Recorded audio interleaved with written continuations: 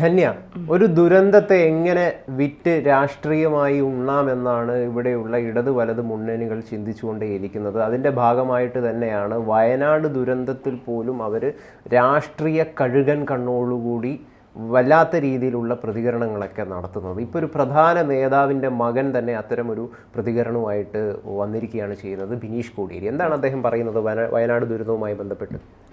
കോടിയേരി ബാലകൃഷ്ണൻ്റെ മകൻ ബിനീഷ് കോടിയേരി കടുത്ത CPM അനുഭാവിയാണ്. പക്ഷേ പിണറായിയോട് ബിനീഷിന് വലിയ താല്പര്യമുണ്ടോ എന്ന് ചോദിച്ചാൽ എനിക്കറിയില്ല. കാരണം ബിനീഷിനും ബിനോയിക്കും കേസുകൾ പല തരത്തിൽ വന്ന് കോടിയേരിയെ അത് മാനസികമായി തകർത്തപ്പോഴൊക്കെ പിണറായി മുഖം തിരിച്ച നിലപാടാണ് സ്വീകരിച്ചത്. അപ്പോൾ കോടിയേരി ഉറച്ച നിലപാട് സ്വീകരിച്ചു. മക്കളൊക്കെ പാർട്ടിക്ക് പുറത്ത്, മക്കളെ പാർട്ടിയിൽ നിന്നുകൊണ്ട് ഞാൻ സംരക്ഷിക്കില്ല. അതിൻ്റെ പേരിൽ അദ്ദേഹം പാർട്ടി സെക്രട്ടറി സ്ഥാനമൊക്കെ രാജിവെച്ച് മാറി നിന്ന ഒരു മികച്ച അച്ഛനാണ്, മികച്ച ഒരു നേതാവും കൂടിയാണ് അദ്ദേഹം. പിണറായി ഇപ്പോൾ മകൾക്കെതിരെ വലിയ രീതിയിലുള്ള ആരോപണങ്ങൾ, അന്വേഷണങ്ങൾ, അഴിമതികളൊക്കെ വന്നിട്ടും പിണറായി ഇപ്പോഴും മുഖ്യമന്ത്രി കസേരയിലിരിക്കുന്നു. അപ്പോൾ അത് നമുക്കൊരു സൈഡിൽ മാറ്റിവെക്കാം. ബിനീഷ് കോടിയേരി കഴിഞ്ഞ ദിവസം ഒരു പോസ്റ്റ് ഇട്ടു. ആ പോസ്റ്റ് ഇങ്ങനെയായിരുന്നു: വയനാട്ടിലെ കൊച്ചിന് മുത്തം കൊടുത്തതിൻ്റെ ബില്ല് വന്നോ? മോദി ഒരു കൊച്ചിൻ വൈറലായിരുന്നു ആ വീഡിയോ.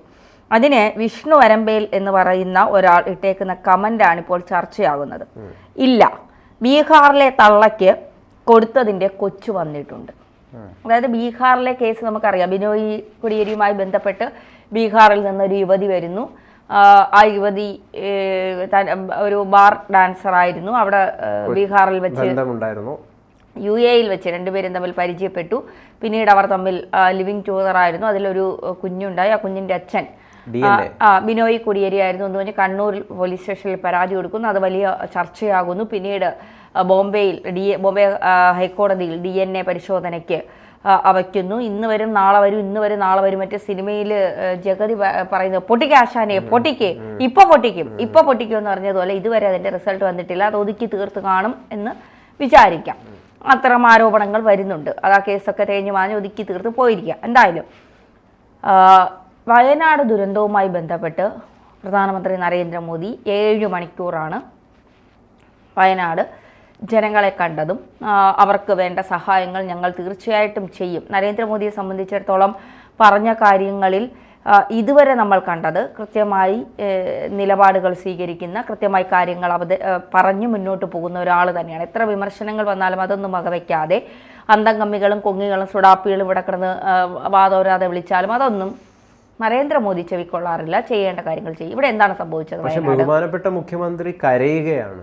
കാരണം എന്താണ്? നെഞ്ചത്തടിച്ച് കരയുകയാണ്. അതെ, ഇനി കിട്ടുന്നില്ലേ, അയ്യോ ഞങ്ങൾക്ക് വേണ്ട സഹായം കിട്ടുന്നില്ലേ എന്ന് പറഞ്ഞ് നിലവിളി കൂട്ടുകയാണ്. അതായത് മാറ്റാൻ പറ്റുന്നില്ല. വഞ്ചനാപരമായിട്ടുള്ള ഒരു നടപടിയാണ് കേന്ദ്ര സർക്കാർ ചൂരൽമല മുണ്ടക്കൈ ദുരന്തം, ഉരുൾപൊട്ടൽ ദുരന്തത്തിൽ സംഭവിച്ച കുടുംബക്കാരോട്, ആ ജീവിതങ്ങളോട്, പൊലിഞ്ഞ ജീവിതങ്ങളോട് കാണിക്കുന്നത് എന്നൊക്കെയാണ് ബഹുമാനപ്പെട്ട പിണറായി വിജയൻ സഖാവ് പറഞ്ഞുകൊണ്ടേയിരിക്കുന്നത്. മറ്റ് സംസ്ഥാനങ്ങൾക്ക് വലിയ ദുരന്തങ്ങൾ ഉണ്ടാകുമ്പോൾ ഒരുപാട് ഫണ്ടുകൾ നീക്കിവെക്കാനുള്ള കരുതൽ കേന്ദ്ര സർക്കാരിൻ്റെ ഭാഗത്തു നിന്ന് ഉണ്ടാകുമ്പോൾ എന്തിന് കേരളത്തോട് ഈ നടപടി, എന്തിന് ഈ വഞ്ചനാപരമായിട്ടുള്ളൊരു നടപടി? ഏതാണ്ട് 2100 കോടി രൂപയോളം സഹായമാണ് കേരളം കേന്ദ്രത്തോട് ആവശ്യപ്പെട്ടത്. എന്നാൽ അത്രയും തുക നൽകാൻ വേണ്ടി സാധിക്കില്ല. അതിൻ്റെതായ കാരണങ്ങളും കേന്ദ്രം വിശദീകരിച്ചിട്ടുണ്ട്. ഇതിലൊരു പ്രധാനപ്പെട്ട വിഷയം എന്താണെന്ന് വെച്ച് കഴിഞ്ഞാൽ 3 മാസത്തെ, അതായത് ഇവിടെ എത്തരം രീതിയിലുള്ള പുനരധിവാസമാണ് ഈ ദുരന്ത മേഖലയിൽ നിങ്ങൾ നടത്തുവാൻ വേണ്ടി പോകുന്നത്, ആ ജീവിതങ്ങൾ ഏത് രീതിയിലാണ് കേരളം സംരക്ഷിക്കാൻ പോകുന്നത് എന്നത് കൃത്യമായി വിശദീകരിച്ചുകൊണ്ടൊരു സർവേ റിപ്പോർട്ടും അത്തരം റിപ്പോർട്ടുകൾ സമർപ്പിക്കാൻ വേണ്ടിയിട്ട് ഒരു 3 മാസത്തെ ഒരു സാവകാശം കേന്ദ്രം കേരളത്തിന് നൽകിയിരുന്നു. എന്നാൽ 3 മാസം കഴിഞ്ഞിട്ടും അത്തരം രീതിയിലുള്ള ഒരു റിപ്പോർട്ട് നൽകാത്തതിൻ്റെ അടിസ്ഥാനത്തിൽ കേന്ദ്രം ചില രീതിയിൽ ഫണ്ടുകൾ നൽകുന്നതിൽ ഒരു അഭാവം കാണിച്ചിട്ടുണ്ടെന്നുള്ളൊരു വസ്തുത തന്നെയാണ്.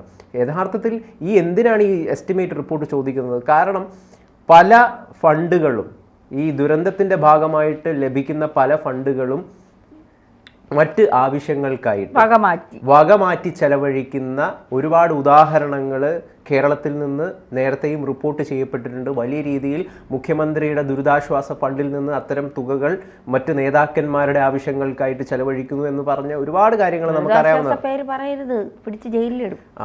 അത്തരം കാര്യങ്ങളൊക്കെ ഉണ്ട്. അപ്പം ആ ഒരു സാഹചര്യത്തിൻ്റെ അടിസ്ഥാനത്തിലാണ് കേന്ദ്രം ഈ ഒരു സർവേ റിപ്പോർട്ടിന് വേണ്ടിയിട്ട് ആവശ്യപ്പെട്ടിരുന്നത്.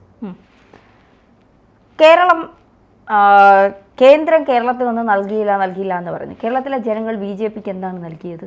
തൃശ്ശൂരിലെ ജനങ്ങൾ സുരേഷ് ഗോപിയെ ജയിപ്പിച്ചു. BJP കേരളത്തിൽ പല മണ്ഡലങ്ങളിലും വന്നാൽ BJP കൃത്യമായ വികസനം കൊണ്ടുവരും. BJPക്ക് ചെയ്യാവുന്നതിൻ്റെ പരമാവധി അവർ അത് ചെയ്യുകയും ചെയ്യും. ഈ ഞങ്ങൾക്കൊന്നും കിട്ടിയില്ല എന്ന് വിളിക്കുന്ന ജനങ്ങളോടാണ് ചോദിക്കുന്നത്, നിങ്ങൾ BJPക്ക് എന്താണ് നൽകിയത്? കേന്ദ്രത്തിലെ പല സംസ്ഥാനങ്ങളിലും BJP വാരിക്കോരി നൽകുന്നുണ്ടെങ്കിൽ അവിടുത്തെ ജനങ്ങൾ BJP ഇരു കൈ നീട്ടി സ്വീകരിച്ചിട്ടുണ്ട്. അതിന് നന്ദി BJP കാണിക്കുന്നു എന്ന് മാത്രം. എന്നും പറഞ്ഞ് കേരളത്തെ അവഗണിക്കണം എന്നല്ല ഞാൻ പറയുന്നത്. കേരളത്തിന് കൊടുക്കേണ്ടത് കൊടുക്കുക തന്നെ വേണം. അതിലിനി വിമർശിക്കേണ്ടി വന്നാൽ തീർച്ചയായിട്ടും നമ്മൾ വിമർശിക്കും. ഇവിടെ എന്താണ് സംഭവിച്ചത് ഗൗതം? ഇവിടെ ഒരു എസ്റ്റിമേറ്റ് തയ്യാറാക്കാൻ പറഞ്ഞു. ലോകത്താരും കേട്ടിട്ടില്ലാത്ത തരത്തിലാണ് ഒരു മൃതദേഹം ദഹിപ്പിക്കുന്നതിന് 1 ലക്ഷം രൂപ, ഒരു റീത്തിന് 2500 രൂപ.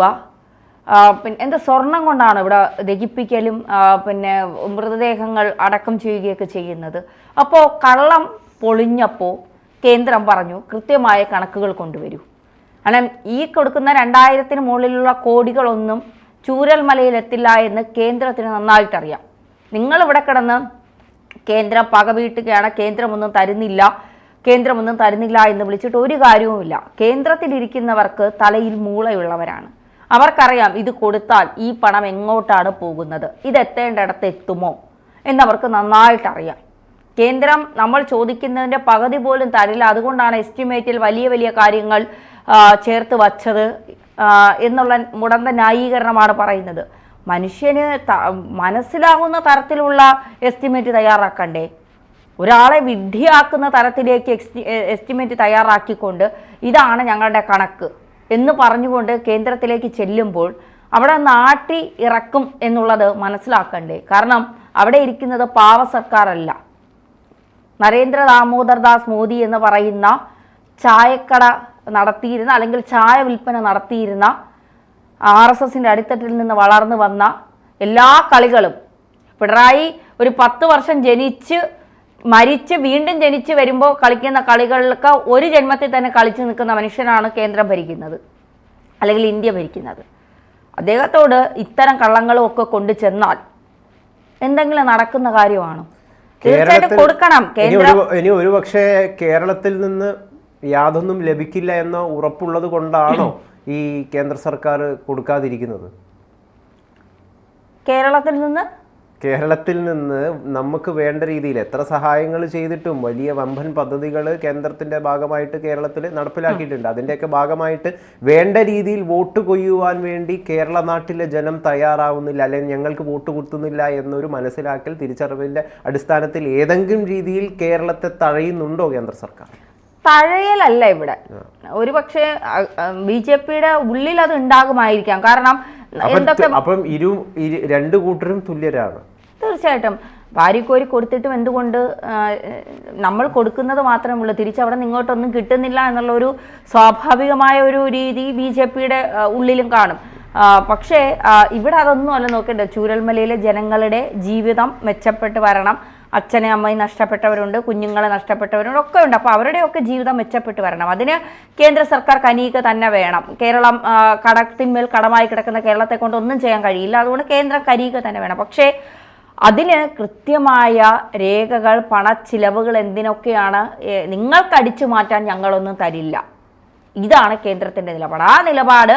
കേന്ദ്രം ആ നിലപാടിൽ ഉറച്ചു തന്നെ നിൽക്കും. കൃത്യമായ കണക്കുകൾ എത്തുന്നത് വരെ കേന്ദ്രം ഫണ്ട് കൊടുക്കില്ല എന്ന് തന്നെയാണ് പുറത്തു വരുന്ന വിവരങ്ങൾ. എന്തായാലും കേരളം പിടിക്കാൻ ആഗ്രഹിക്കുന്ന BJP കൃത്യമായ സഹായ വാഗ്ദാനങ്ങളോടുകൂടി ചൂരൽമല വയനാട് ദുരന്തത്തിൽപ്പെട്ട ആ ജീവിതങ്ങൾക്ക് ഒരു വലിയ രക്ഷയായി തീരട്ടെ എന്നാണ് നമുക്ക് ആഗ്രഹിക്കാൻ വേണ്ടിയിട്ട് സാധിക്കുക.